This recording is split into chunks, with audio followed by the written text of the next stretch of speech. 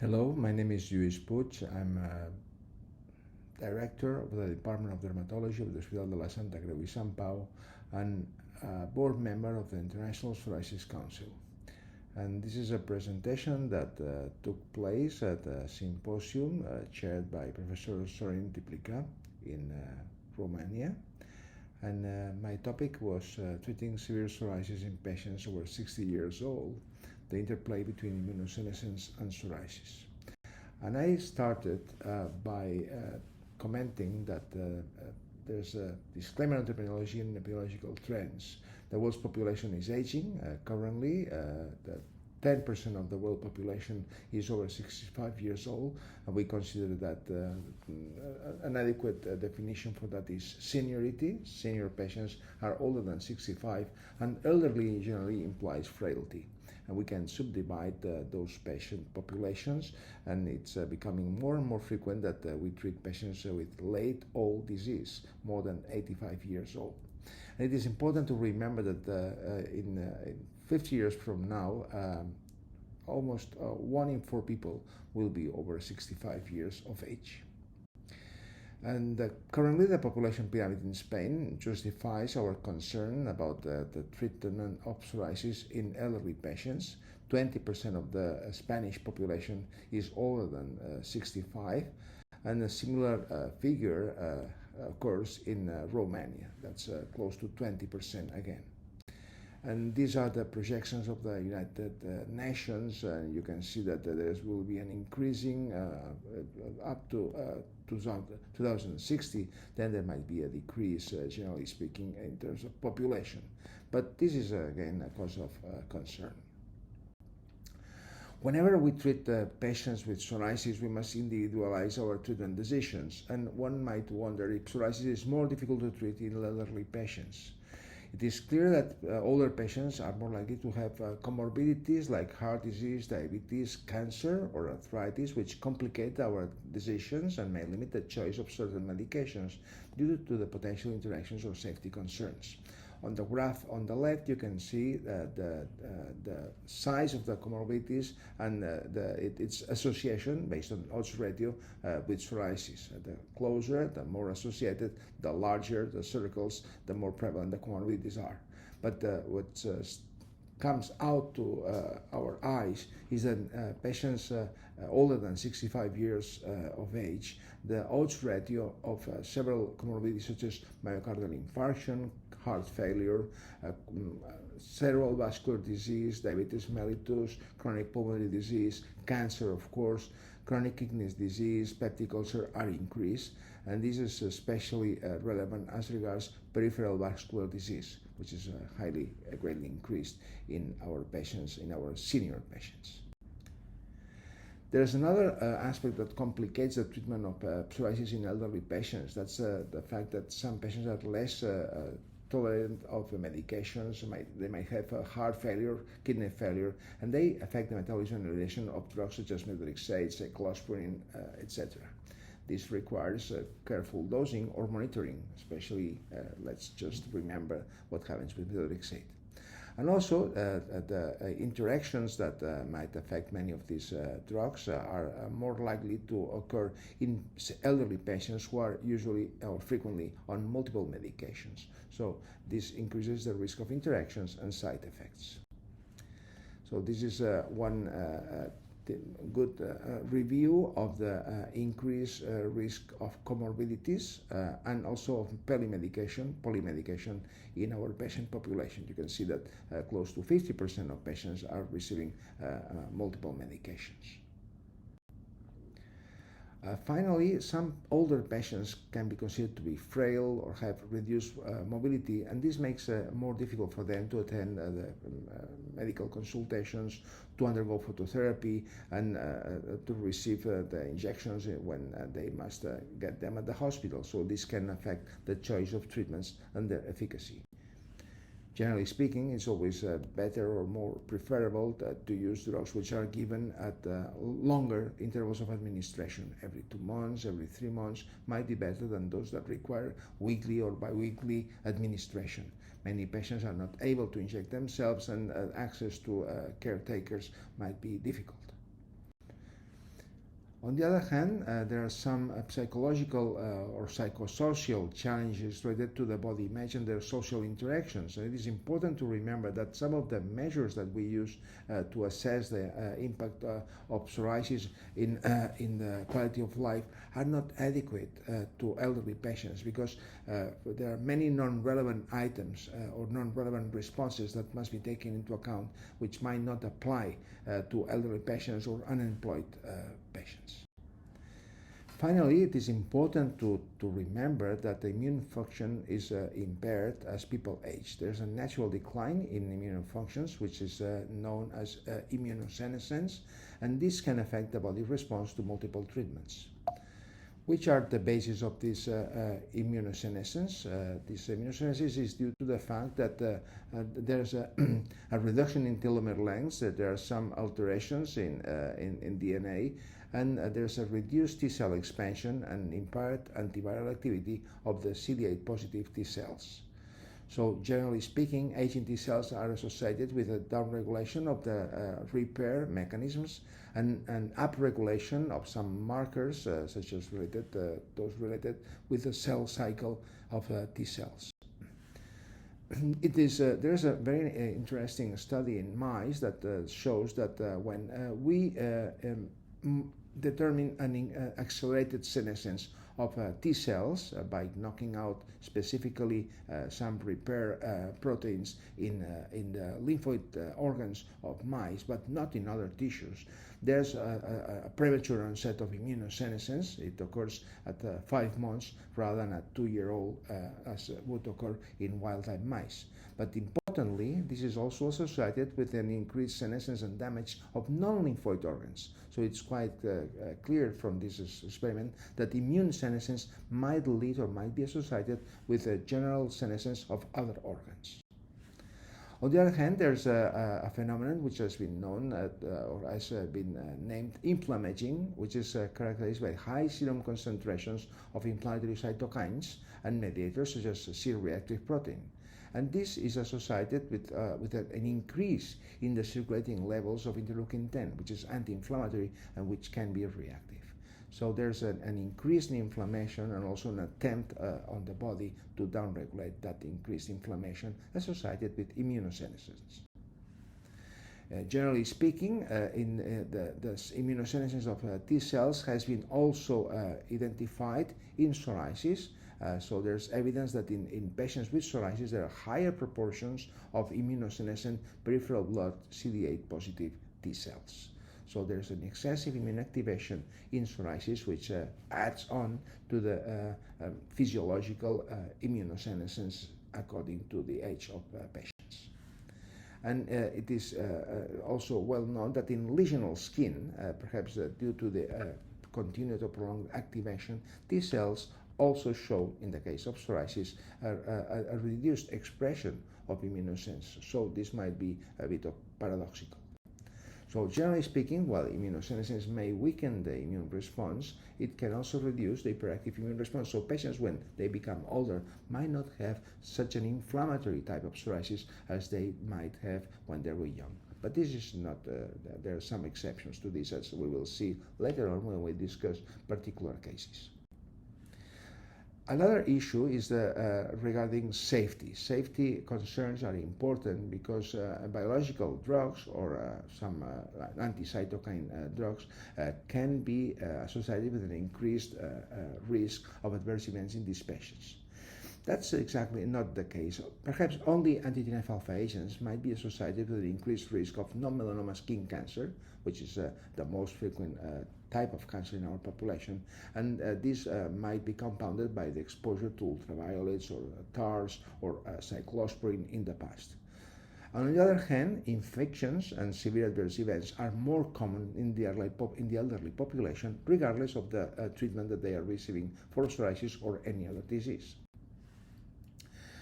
So this is an interesting study that shows that serious adverse events are more common in elderly patients. This comes from a Spanish study from our registry, but the use of biologics was associated with a lower risk of adverse events in the whole group. So it seems that the biologic usage was associated with a lower risk of adverse events than systemic medication, methotrexate, cyclosporine, and the like. And this occurred both in the elderly and in the younger populations. There's another meta-analysis that suggests that regardless of the drug, we are talking here not just about psoriasis, there's one study there, but other immune-mediated inflammatory diseases which are can be associated with infections in elderly patients more often than in younger patients. So infections, generally speaking, are more frequent in elderly patients than in younger patients, and they might be even more frequent in users of biologics versus non-users of biologics. But let's remember that this applies not just to psoriasis, but also to rheumatological diseases and inflammatory bowel disease. There is another meta-analysis that suggests that serious adverse events, not just infections, are more common in the elderly. And regarding the different drugs or different classes of biologics available, this is a review of the effectiveness and safety of anti-interleukin-17 therapies that shows that in close to 30% of patients, treatment has to be stopped. So there seems to be a decreased drug survival in elderly patients. And the most frequent adverse events are usually associated with injection site reactions, oral mycosis, and influenza-like illness. As regards effectiveness, 70% of patients after 6 months consider the treatment to be effective.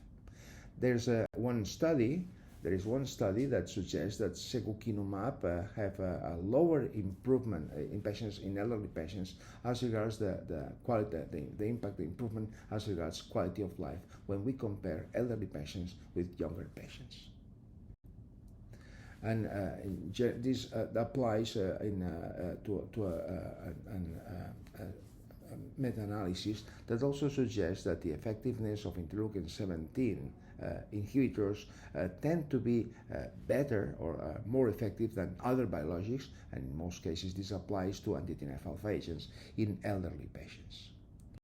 On the other hand, with guselkumab or risankizumab, or generally speaking anti-interleukin-23 therapies, they seem to be quite safe and effective in elderly patients, and there's no significant differences as regards the response across the different medications, guselkumab, risankizumab, or tilrekizumab. But again, this is a very small series.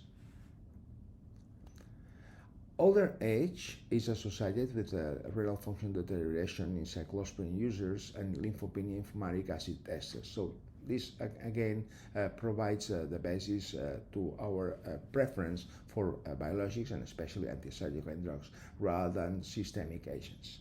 And again, the most frequently reported adverse events in elderly patients were by infections, but again, not a significant association with the increasing age was found. The Spanish group of psoriasis has issued some Delphi recommendations regarding the treatment of patients of elderly patients with psoriasis. It is important to assess the quality of life with the specific questionnaires. It is very important to improve the education of our patients and to provide them with support programs. It is important to consider routine vaccination against herpes zoster in these patients. In Spain, this vaccination is covered.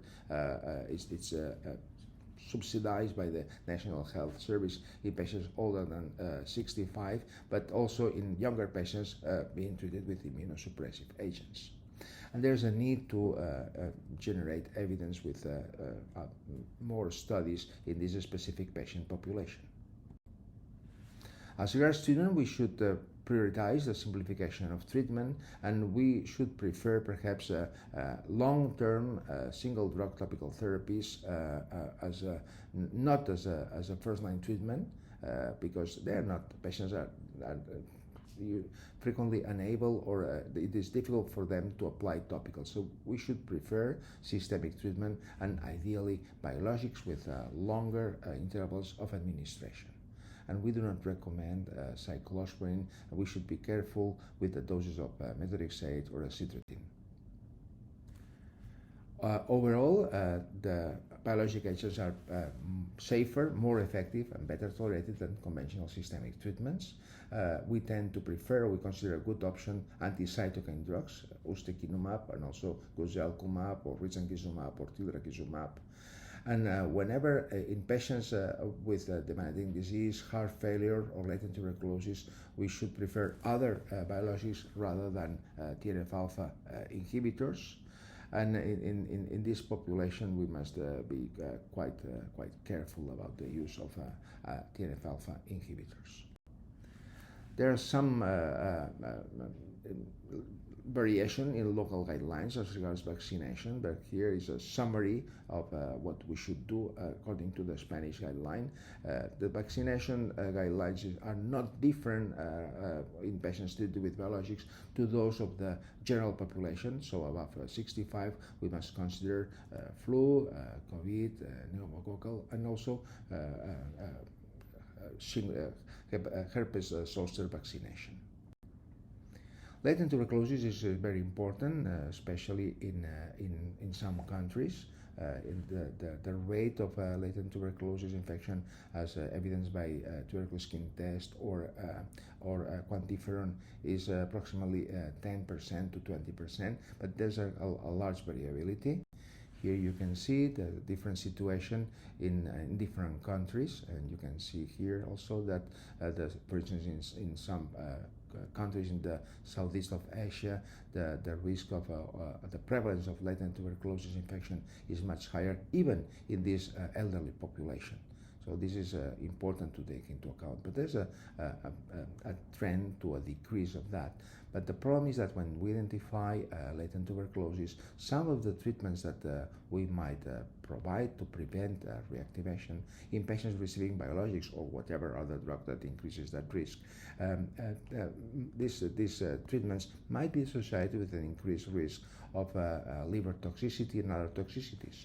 So this is why in selected patients with a higher risk of toxicity due to isoniazid, for instance, patients with pre-existing liver disease, elderly patients, patients from Asian or Native American stock, we have collected some evidence that chemoprophylaxis can be waived, especially when we use anti-IL-23 or anti-IL-17 biologics. So our drugs, which would be preferred in this patient population with a high risk for toxicity due to tuberculosis reactivation prevention, might be or should be guselkumab, risankizumab, tildrakizumab, secukinumab, ixekizumab, brodalumab, or bimekizumab, rather than TNF-alpha inhibitors or perhaps ustekinumab. Regarding drug survival, there's an interesting large study also from Spain that suggests that the drug survival is not modified in elderly patients as compared to younger patients. But this might vary across different countries and across different drugs. And it is important also to take into account that even though overall drug survival might not be modified, as regards ineffectiveness-related drug survival is lower for older patients. So there seems to be, at least in some patients, a decrease in efficacy. And having a high effectiveness and fast-acting effectiveness can be very important, because psoriasis in elderly patients can be devastating. Here I have an older patient with a flare following efanesumab, which became worse and worse, became impetiginized. The patient wanted to die. So there was a suicidal ideation in this patient, and this prompted us with this nearly erythroderma to start infliximab, which was the most effective and fast-acting agent we had at that time.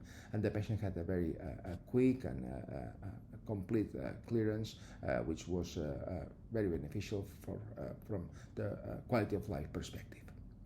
It is also important to remember that the impact of psoriasis in these patients can be greater than that of other comorbidities, such as this patient with severe heart failure, which of course could not be treated with TNF inhibitors, had renal failure, diabetes, dyslipidemia, and despite several complications of her comorbidities, the treatment with, in this case, ustekinumab was associated with a very good control of the disease and a great satisfaction of the patient. When she died, eventually the husband came to thank us for the good life that we had provided to her to his wife. And in some other patients, you can see here a patient with aortic aneurysm, with anticoagulants, with an arrhythmia, with a myelodysplastic syndrome. The treatment was very well tolerated with a great efficacy. In that time, we had ustekinumab. Nowadays, our preferred drugs would be probably other IL-23 antagonists or IL-17 antagonists if we want a faster onset of efficacy. So, in conclusion, in elderly patients, our choice of the treatment for psoriasis should be based on efficacy. And in this respect, you can see that the drugs on the right side of the table are the most efficacious or most effective. Safety, again, biologics and specifically anti-IL-23 and anti-IL-17 drugs are safer than especially systemic agents. Convenience of posology, and being devoid of interactions which plague methotrexate or cyclosporine, for instance. So in conclusion, we tend to favor the use of biologic agents for this patient population. And that's all. Thank you very much for your attention.